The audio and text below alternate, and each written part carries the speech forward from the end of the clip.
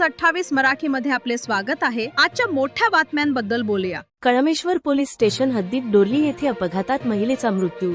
दिनांक 21 एप्रिल 2026 रोजी सकाळचे 8:45 वाजताच्या सुमारास कळमेश्वर पोलीस स्टेशन हद्दीत डोरली परिसरात भीषण अपघात घडला। या अपघातात एका महिलेचा दुर्दैवी मृत्यू झाला असून घटनेमुळे परिसरात खळबळ उडाली आहे।